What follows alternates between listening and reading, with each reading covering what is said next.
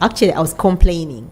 We have few examiners in science at primary mathematics. Actually, it was mathematics, and I was complaining. And then they told me, we do not have examiners in mathematics because the requirement for being an examiner for UNEB, you must be teaching the subject. Yes. So that basically means we have few mathematics teachers at that level, at P6 and P7 level. And because there are few, even these girls at that level, at primary level, you'll be surprised because those are supposed to be their mentors. They are looking up to them. That is where everything starts up. So when they see that all the teachers that teach mathematics are male, they're like, well, I think it's a male thing. Very so true. we need to start by having more teachers teaching mathematics and science at primary level, and then we shall have more learners get interested at primary level in doing science and mathematics at that level, and as they continue to lower secondary and then later on at your ACE. So it's something we need to begin working towards right from primary level. And then if the performance has increased for sciences, does that mean the number has also increased? Oh yes, the number across board. By the first and foremost, we had more. The candidature increased by close to 28.7%. We've been at the last time we had our candidature was at 486, and now in this that was in 2023. Now for 2024 we had the candidature at 140,888. That is a percentage increase of 28.7. We had an increase of 31,402 candidates increasing. So that means increased candidature, which is good for us. And we are hoping, actually, even this year, we are even expecting increased candidature because we had more people at that level still taking up the taking up USCA. So it is a good thing for us. And it's something that I know that PS of the ministry has, Madam Tuyagenda, say that they are going to work towards utilizing the resources, but also making sure that the available resources are maximally utilized, and making sure that the teachers are able to teach the practicals and then come up with practical things, because they're going to try and increase also, but it's not something you're going to do in a day. So they may have to come up with practical ways of taking up the numbers. Let's say if you have a laboratory for 30 people and you are having 60 learners taking up who need to use the laboratory, what do you have to do? Maybe you have to give them sessions and say, how do we use this over this period of time? So we all have to be creative and innovative around this, but this is something that the government has been working towards. So it's not just happening accidentally. Like I said, it's something that we have to work towards for quite some time. And I think the government should be applauded for having put in a lot of effort, especially the president. He did put in a lot of effort in ensuring that we promote the sciences. It's good we are having many people who are passing the sciences. And somebody was telling me, I haven't cross-checked yet, that for the current senior fives, there are schools that have got learners, what we got result, the A's and all that. Many learners got performed well in sciences even at UCE, now at senior 5 a number of learners want to do science-based combinations. So I understand there are schools that actually just have only science learners. That's also not good, because we also need to have the humanities, but we also need to have a balance, because both the humanities and the science-based subjects support each other. So you cannot have it's not good to have just people who only a class of only arts of only sciences. So I think we need to find a way of balancing this up. We need both the humanities and the sciences as well. Yeah, that's true. I remember in my school, senior 6, we were doing humanities were 200 something, and the other ones were 65. Yes, that is still, that was kind of like the range, but now it seems now it looks like the tables are turning. But we need to have a balance of both, because now imagine we are also going to leave the scene. So we need to have communicators. We need to have people in the media. We need to have people who are going to be doing the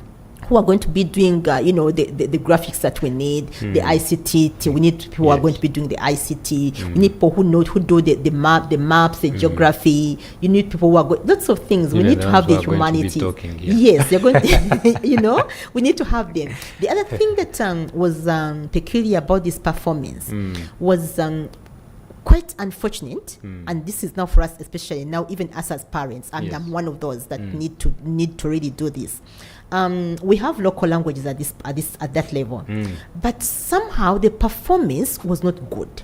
For local languages. Yes, I'm Wow. telling you, it is. I'll tell you that when we were doing the grading to see who performed the performance of the learners, and I'm like, no.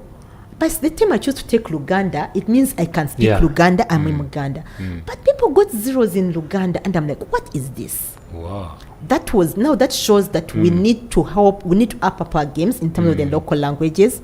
We need to help our learners be able to articulate things well in the local language, but also now, like, say, I'll give you an example. One of the papers, they'll give you a translation, an essay. Which you need to translate. There's one which you need to translate from English to the local language, and from the local language to English. Okay. And that kind of beats people. So that kind of translation. So like in churches, we need to have interpreters, and people are not conversant. Somebody say, Naka is, and they are not conversant with the language, you cannot do the interpretation. So that is an area where we need to work together as both parents and teachers and the entire sector. We need to make sure we up our games in making sure that our learners do not lose touch of our local language and the culture and our own culture. The other also unfortunate bit of it was now with divinity. We also had the learners who do divinity had a divinity and Islamic studies. They also had a challenge of relating the concepts in the Bible, or in both of the holy books, to real life situations. Okay. Like, say, maybe you're going to talk about the parable of the Good Samaritan, and they're not able to relate it to a real life situation. They know the parable of the Good Samaritan, fine, but what does that mean in real life situation? Yes. What was the message out there? What was Jesus saying in that case? In that case, what did Jesus use the parables? Why is it important for us in the day-to-day life? And we need to make sure that we attach meaning to these parables, or to the books in the holy books, to the message in the holy books in real life situation, because it is not just theory, it is something to help us go through our day-to-day lives. And so you'd expect that somebody who has done divinity should be able to practically apply this knowledge and skill that they acquired, should be able to go and evangelize and make sure that people's lives are able to be turned, because they have the knowledge, they know they're able to interpret it, but we still have that gap.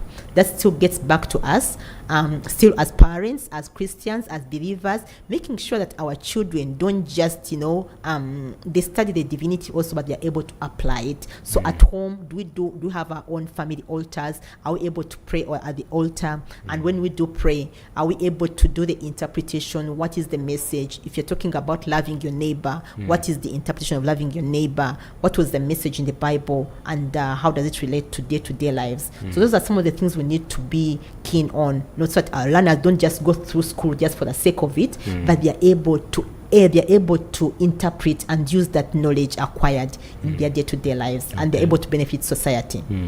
Wow. And actually, that is now the main aim of the new curriculum. If I can get there, because the main purpose of the new curriculum is to enable learners, to ensure that learners are able to use the knowledge and skills in day-to-day life. They're able to apply it. The applicability of the knowledge acquired is very critical, and it's the major focus for the new curriculum. Okay. We are going to extensively talk about the new curriculum later on. But now I wanted to also look at the malpractices that have always been happening over the years.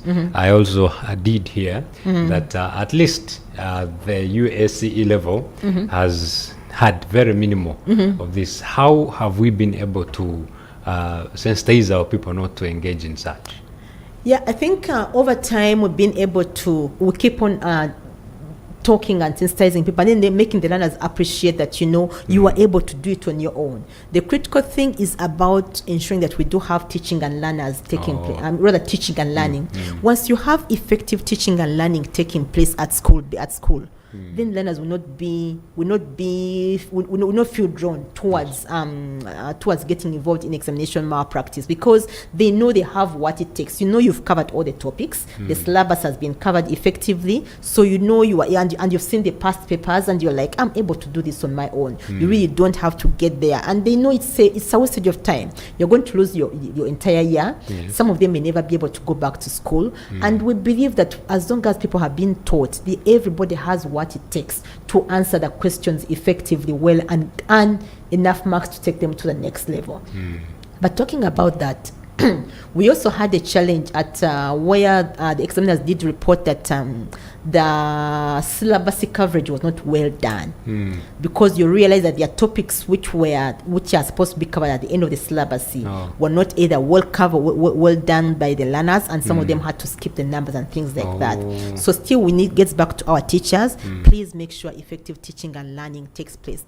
Do they plan? Teachers are the best planners. They have the lesson plans. I mean, some of us, I know you're coming to studio, you have a script, what you're going to do, what you're going to say, and everything for you, but you may not know what you're going to be like in our area. You may not know what you're going to do like next week. Reason being, things keep coming. This is news, you are talking about things which are going to keep coming, the current affairs and things like that, which may not be able to predict. But teachers always plan their work very well. So we do want to encourage our teachers to get back to the basics. Let's plan. We know the curriculum, we know the syllabus, we know what you're supposed to be covering. Let's plan it according, so that we can be able to cover the syllabus effectively, then leave enough time for revision for our learners. And in that case, we shall not we shall not have that attraction towards getting involved in examination malpractice. Malpractice is very costly, I'm telling you. Extremely. I'll give you an example why it's extremely costly. We have schools whose results were cancelled for primary, for instance, and they've just now their friends have already gone to back to either to senior 1 or to P7, and for them they've just known, because they've just been managed to go through the process. The ones whose results were withheld for senior 4, we are still going through the process of getting them to come for a fair hearing, to come for the tribunal, and they defend themselves. Some of them, they are able to convince the committee, and where there's a benefit, the benefit is given to the learners, and the learners are released, the results are released. But by the time they are released, schools have started. Life has moved on, and you have to go and get a place when it's already late, look for space. It's not easy.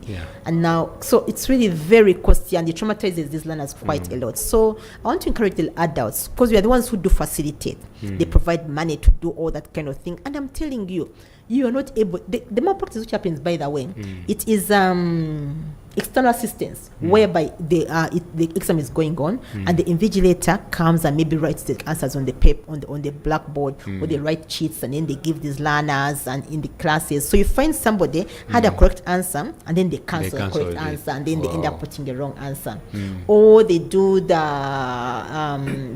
cheating. I mean, copying from each other, the collusion, copying from each other, or they do the impersonation, whereby I'm going to come and sit for you and you sit for me, that kind of thing, which is really not called for, because at the end of the day, you are even if I get a certificate and I eventually come here to do I managed to get into mass communication or then do public relations, but they will not be my scores.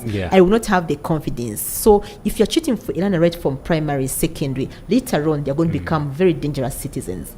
So as adults, whatever we do, we need to think of what qualities, what values do we want in our society as we support these learners to go through school. Okay. Maybe briefly, as we end with USCE, how was the grading? The grading for USCE? It's been the usual one, because USCE has always been the letter grading, whereby we have A, B, C, D, E, and then we have the general paper, which is a compulsory one, is given in distinction. So you either get a D1, D2, D3, or something like that, or a credit, or an F9, God forbid. So that's been the grading. Okay. The grading has not changed for USCE, because this current USCE is the old curriculum. So it's the old school that we've been using. And we're left with one class, is it? Yes, the ones who are going to sit this year. The ones who are going to register, the 2025 candidates who are going to sit, who are going to register.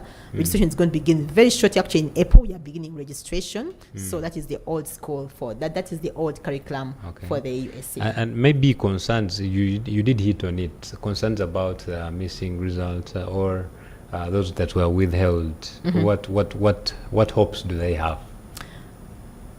Yeah, like I said, once results have been withheld, they have an opportunity to come and defend yourself before a tribunal, and this is a requirement for us because to ensure that we provide fair hearing for the learners. So we do provide, we do give them that requirement. We do give them that opportunity. They come and defend themselves, and a number of them get out. Actually, the learners, at times it can be maybe a misunderstanding, a misconception, or something, or the learners answered the question in the same way, and then as well maybe they just crammed or things like that.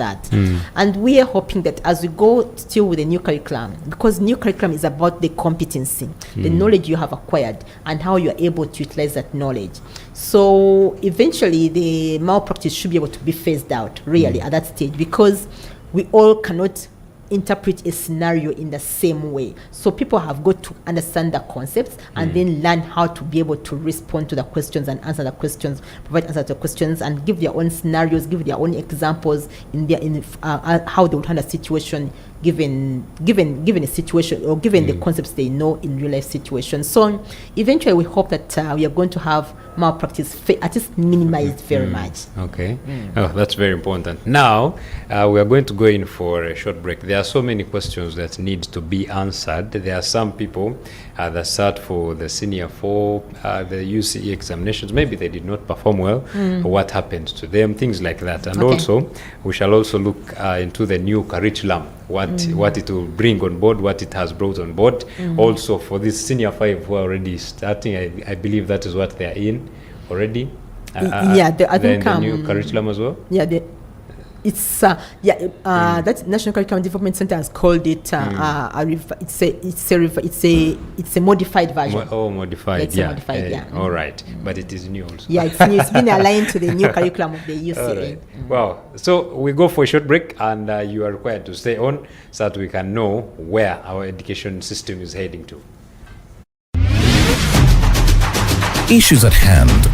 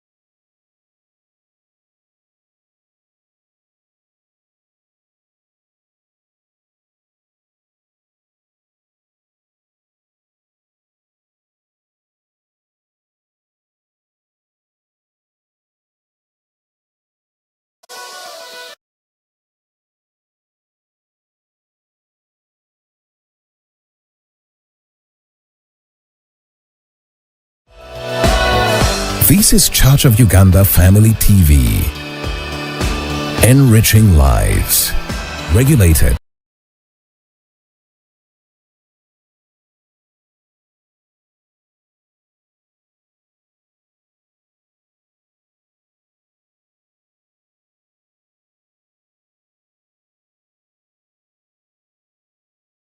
By the Uganda Communications Commission. Issues at hand. Oh yes, welcome back. You are still watching Issues at Hand here on Church of Uganda Family TV, and we are discussing matters of education, very important aspect. We have had good results. This year has been a blessing. Is it this year or 2024 was a blessing? So we are yet to see what 2025 will bring for us. But of course we expect the best because the grounds have already been set. Now, Madam Kalule, I want us now to go back into the new curriculum and rediscuss about some things, what it has been able to bring on table, because we saw good performance, basically good performance from the UCE results. Now, those that received their results, credit to them, they're already up there. And if they received their results and they are not good results, what is their fate? Okay, first and foremost, the new curriculum, depending on what you call not good results, because we had different aspects. We had different aspects. Let me just talk about the achievement levels in the new curriculum. Yes. We have 5 achievement levels, and with the new curriculum, we had a change in the grading, in the way we were doing the grading. Yes. We changed from the divisions of Division 1, Division 2, Grade 1, Grade 2 with 2 letter grades. And then so we have A, which is exceptional, or which is exceptional. And here we're talking about a learner who has extraordinary level. They've been able to achieve in an extraordinary way. They are able to utilize the competencies and the knowledge and skills acquired in an extraordinary way, innovatively and creatively in a real life situation. That is what we call exceptional. Okay. And then we have B, which is outstanding, and we are saying that here a learner that would have demonstrated a high level of ability to use the knowledge and skills acquired in a real life situation. That is now exceptional, and I mean that is outstanding, and that is grade B. Now grade C is satisfactory, where we are seeing that a learner has where we think that a learner demonstrates adequate level of ability to use the knowledge and skills acquired in a real life situation. That is now satisfactory.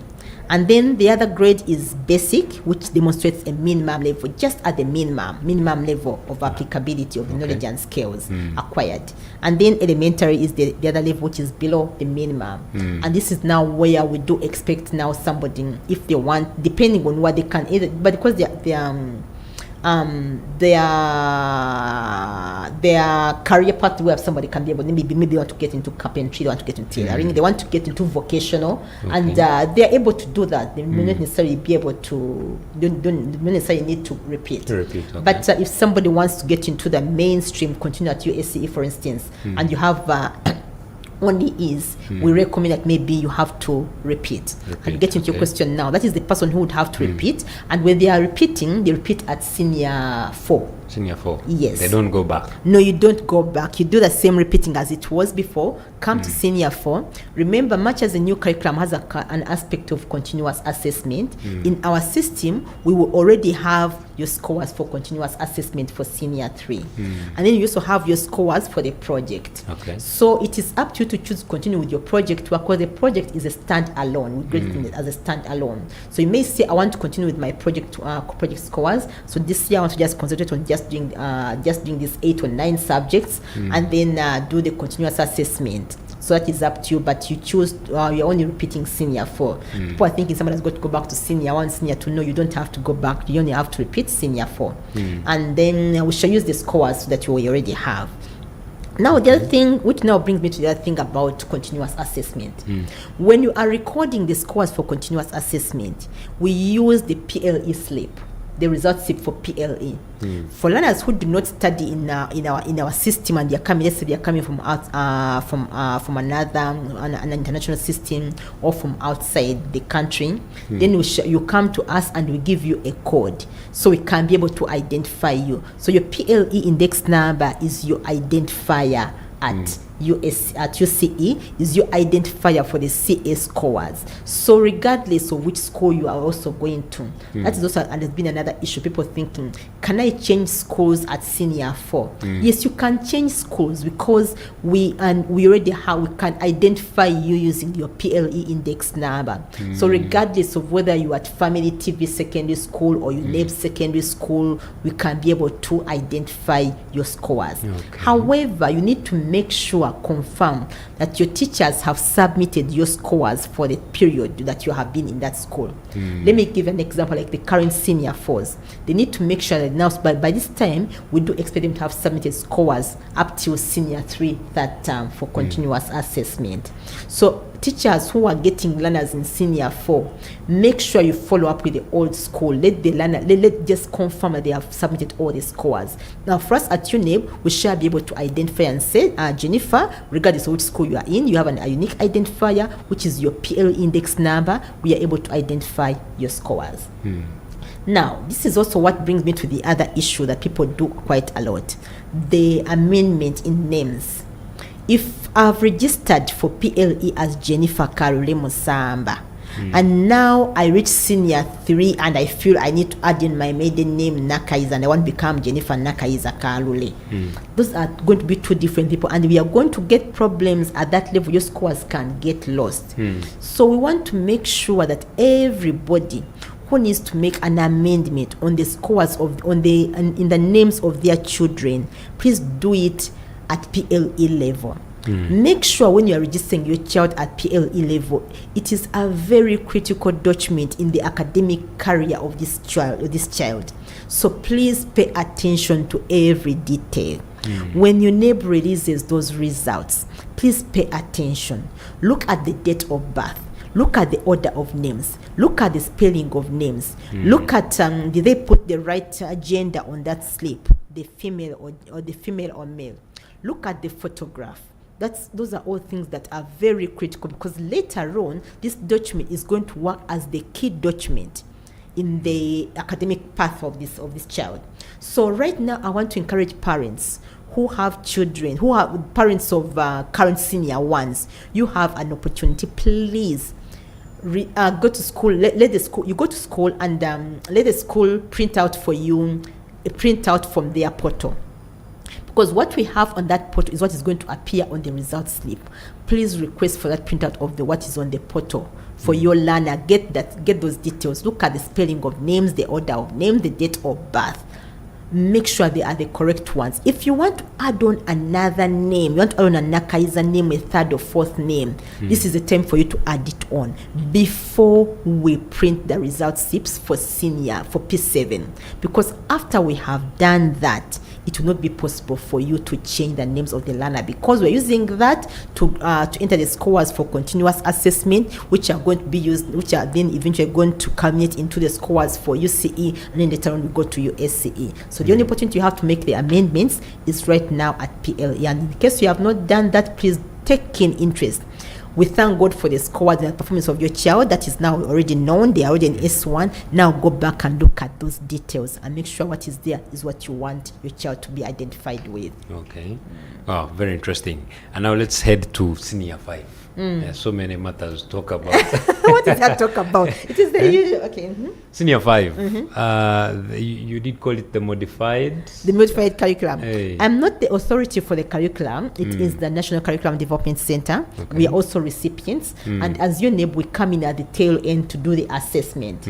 But what I know, of course, we are partners. We partner in all this. What I know is that they've not made an overhaul of the entire curriculum, but they've modified to align it to the curriculum of the UCE new lower secondary curriculum. Reason being, learners who are coming from the new curriculum at UCE at senior 4 should be able to transit to senior 5 and be able to find fairly similar teaching modalities. That is the modification which has been done. However, I know also, as we had transitional candidates who did UCE for the old curriculum. Yes. These same candidates are also going to transit to the modified curriculum at USCE. So we're not going to have any more transitional old curriculum learners or candidates later on at senior 6. Okay. They're also transiting into this other modified curriculum, and that's the guidance that NCDC has given. I cannot say more beyond that because it's more of an NCDC aspect. Our teams are working together with them to come up with an assessment framework, because what happens is that we come up with an assessment framework to guide the learners or to guide the assessment on how the assessment is going to be done at all the levels. Okay. So our teams are working with the National Curriculum Development Center to come up with the assessment framework. Okay. Yes. And you did mention it at first when we were starting about having learners who passed overwhelmingly at UCE, are heading into this level of USCE, and they all want to do sciences. And then there's a parent who actually had challenges with their child. Their child does not want to do the sciences, but the parent says, you passed, you can do them. So what intervention is there to make sure that these children are not trapped into things they may not handle? Thank you. That's a very good question, and that is something for us to think about as adults, as elders of these children. it is very important. One of the key aspects or tenets of the new curriculum is the competencies and the abilities of the learner.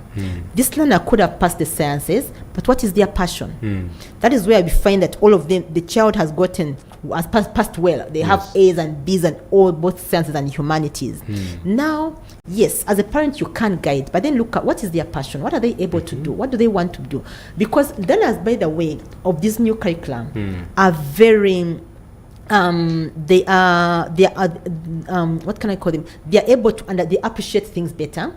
They know what they want and where they want to go. So for you, the best thing for you as a parent is to talk to this child and talk to them and get to see, fine, I did pass the sciences, but my career path, I want to get into journalism, I want to get into public relations, I want to get into human resource, I want to get into management, I want to get into accounts or something like that. So it is really not good for us to force our learners into doing the thing that we want to do, because those are our aspirations. That is us. And some of us feel like maybe mama doctor, mama engineer, tata engineer, those kind of. I've heard people say those kind of things. So they are getting, which is okay for our parents to be proud of what. And some of them you find they fail to make it to that, but they want the child at least to do that. Yeah, which is a good thing. But then that is your passion. So that people you see and they're like, now I finished mommy's degree, let me go and study my own thing. But they've wasted so many years and they've been there studying and struggling, and you also, and they're like, it's not their area of, it's not really their area of interest. So it's very important for us to do a balance. We can talk to them, we can counsel them, we can guide them. Let's guide them, let's counsel them, let's come up with a balance. If we can convince them to like what to take it up, because not just for our sake, but because they will guide them, and because we may be more knowledgeable. Maybe for them they just want to do something just because their friends want to do it. So it's okay for us as elders to have a responsibility to guide them, but let's also consider their potentials, their abilities, and then their passion. Okay. Very important. So as we try to wind up, what more do we expect from UNEB this year?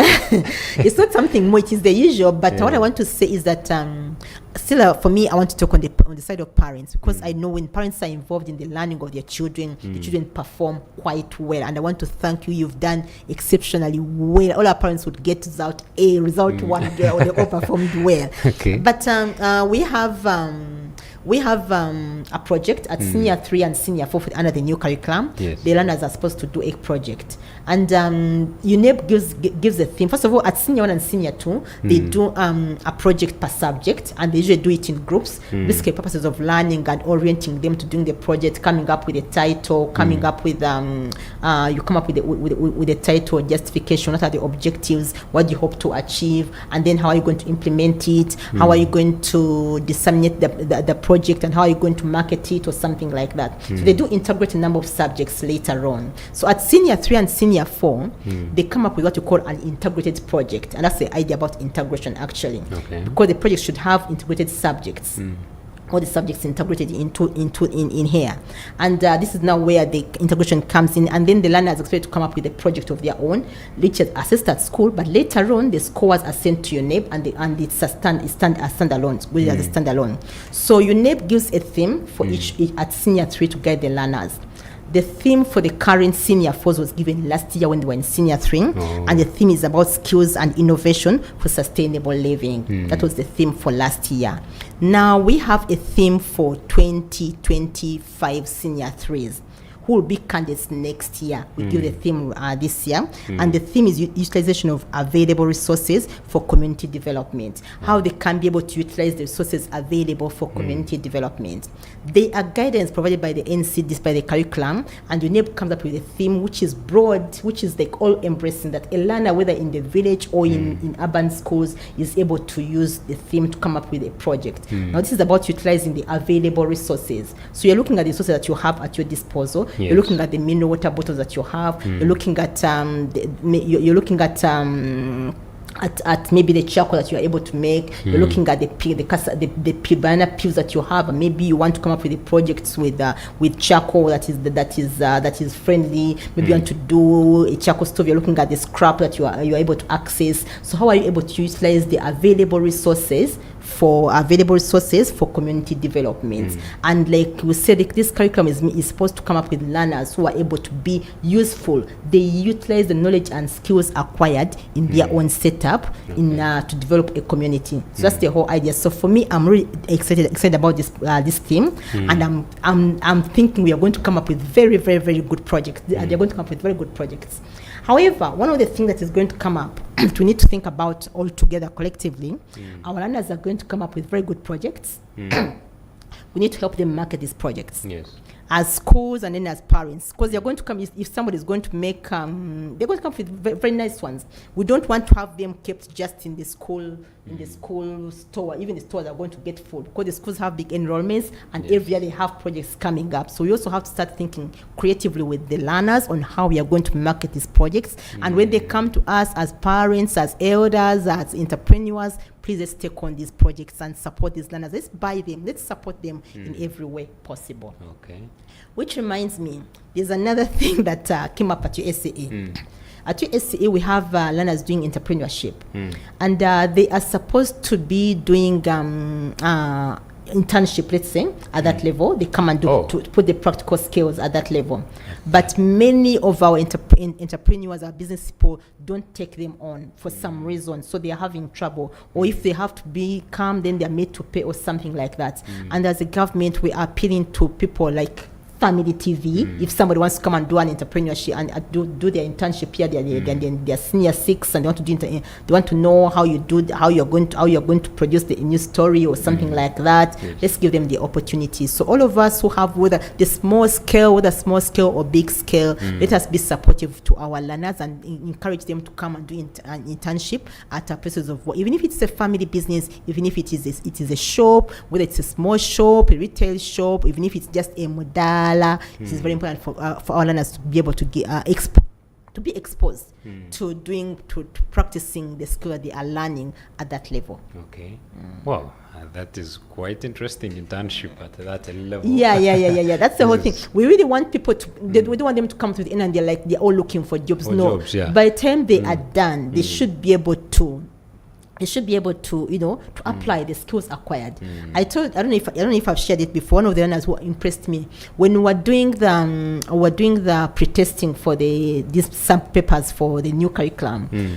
We had new subjects like not aerobics, like physical education. So, and this is the new. Before this, it was there as just an extracurricular activity, and now it is being assessed by UNEB. So we had to go do the sample papers and then go and do the pre-testing and all that, and these are practicals. So I asked the learner, I told them, what are you going to do with this? And then one of them told me, I'm going to ask my mom to buy for me a Bluetooth, and then there's a casa where there's what's that called? A field near my home. So I'm going to call the holiday makers, play some music during the play some music, and then I'll take them through the aerobics. I'll ask them to contribute maybe 500, 1,000 shillings to contribute towards that, buying the batteries for the Bluetooth, and then we shall be doing keeping fit. We have the exercise, then I'm also doing the aerobics, and later on in my VAC, I'm going to go. I'll come like places like UNEB and tell you, I want to be your aerobics trainer. And they are really thinking thoughts. So you see, she's really thinking on how to help her own community, but also to earn at the same time. Yes. And these are the kind of learners what you're thinking that we are actually having for the new curriculum. And I'm telling you, if you have had an interaction with learners who are currently from senior 1 to senior 3, senior 4, they are very outgoing. They are very critical. They think analytically. She's going to tell you, I have my daughter who likes food and nutrition. And she tells me, Mommy, this is not good for you. These are too many calories for your age. Do. No, she'll go, because she knows this. So she'll go to a supermarket, even if she doesn't have anything to buy, just start looking at the things that are on the shelves and say, these guys are having things that are about to expire. This is not good. These are too. She does the guidance, and she's going to make a menu and say, "You guys, I think we are having so many starch in the food we're having. Can we do this? Can we do this?" And she is guiding us in all that. So you see that they are interested. Now, such a learner, I can't begin forcing her to do until, you know what, I want you to do what I did or something like that. That is her passion, clearly. She has a passion that is clear and not sure. So now what I need to do is make sure, how do I ensure she does subjects which are aligning to her passion? The support, and support in that way. Wow, very interesting. Maybe one thing that I had noted down, one thing I like about the new curriculum is that is this now going to address the issue of employment? The issue of unemployment in our country, because we have had very many young people study, university is done, you start hunting for the job until you get it. That is one of the driving factors.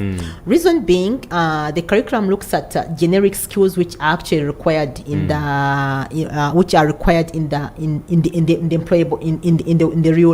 real world, real life situation. Okay. So let's say here at Family TV, you are going to be looking out for somebody who is innovative, somebody who is creative, that can be able to come up and be creative and innovate and say, this is how I can do a story, how can I have another angle to a story, how can I produce my program in a different way, how can I attract the audience in a better way, how can I have this message come out in another way. Innovative creativity. You're looking at skills like communication skills. Are you able to address issues eloquently? Are you able to make sure that what you're explaining, your audience is able to appreciate the issues you're trying to address? You're looking at the ICT skills. You're looking at mathematical skills. So there's a set of generic skills, or they are called 21st century skills, and these are skills that are actually required in the real life situation that many employers are looking out for. So in that way, we do hope that it's going to be helping very much. But also the fact that learners are using the knowledge and skills acquired in real life situations. Some of them will actually be employing themselves. Some of these projects that they are working on,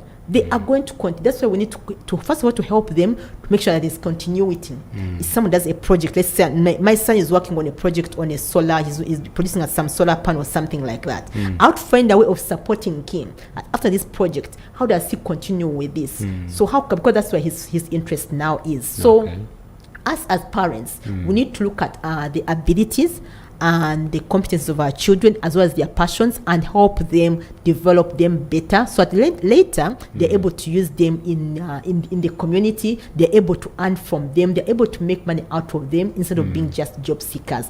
And then even the employer, when they are taking up somebody, they are taking on somebody who has innovation, who has creativity, so it will be easy for them to get jobs. But if they all cannot be absorbed in the employment sector, then they are able to make their own jobs. Oh wow, very interesting. It is really wonderful insights indeed. But the new curriculum is very exciting. When you begin talking about and interacting with the learners and the teachers, you're like, this is the way to go. And I'm really for me, I'm so excited. I'm sure you are going to be in another place after 5 years from now, 5, 6 to 8 to 10 years from now.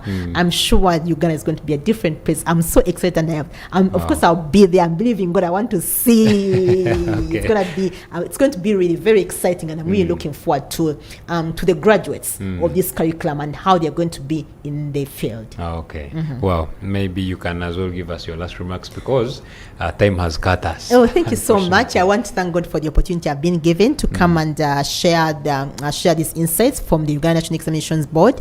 I want to say that we are very grateful to all our stakeholders whom we work with, and we are grateful for having come to the end of 2024 examination year. We now begin the 2025 examination year, starting with registration of the candidates, but also the validation of the centers. So if you're a school out there and you need to get a new examination center, please go onto our website and apply for a new center, and then our teams will come and do the validation. Okay. Or if you're a center and you need to do an expansion, do the same thing, apply for an expansion.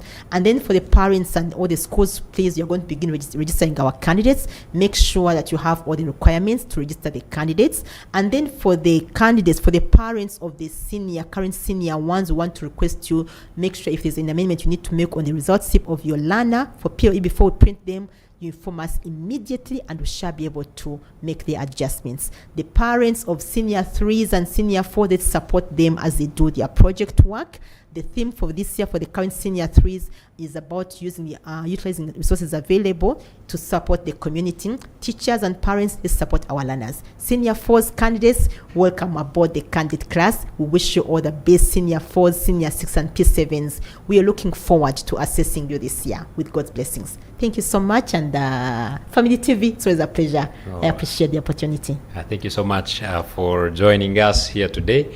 I really appreciate it. And we did not plan the dress code, by the way, but we just found ourselves here. The spirit led there. Thank you. So, ladies and gentlemen, we appreciate you for joining us this morning. That is where we are supposed to stop. We can't go past this, but I hope you have picked one or two things, and the announcements in there, please make sure you run and do what is required. The names, please, if you want to amend names, they have told you the right time to do that is right now, if you want to do that. But please, these are credentials that are not supposed to be doubted at any moment. So please, the names are supposed to be aligning right away from PLE until wherever you go. Academic documents are like that. I want to appreciate you for joining us this morning. My name is Luke Majumba. Have a lovely day.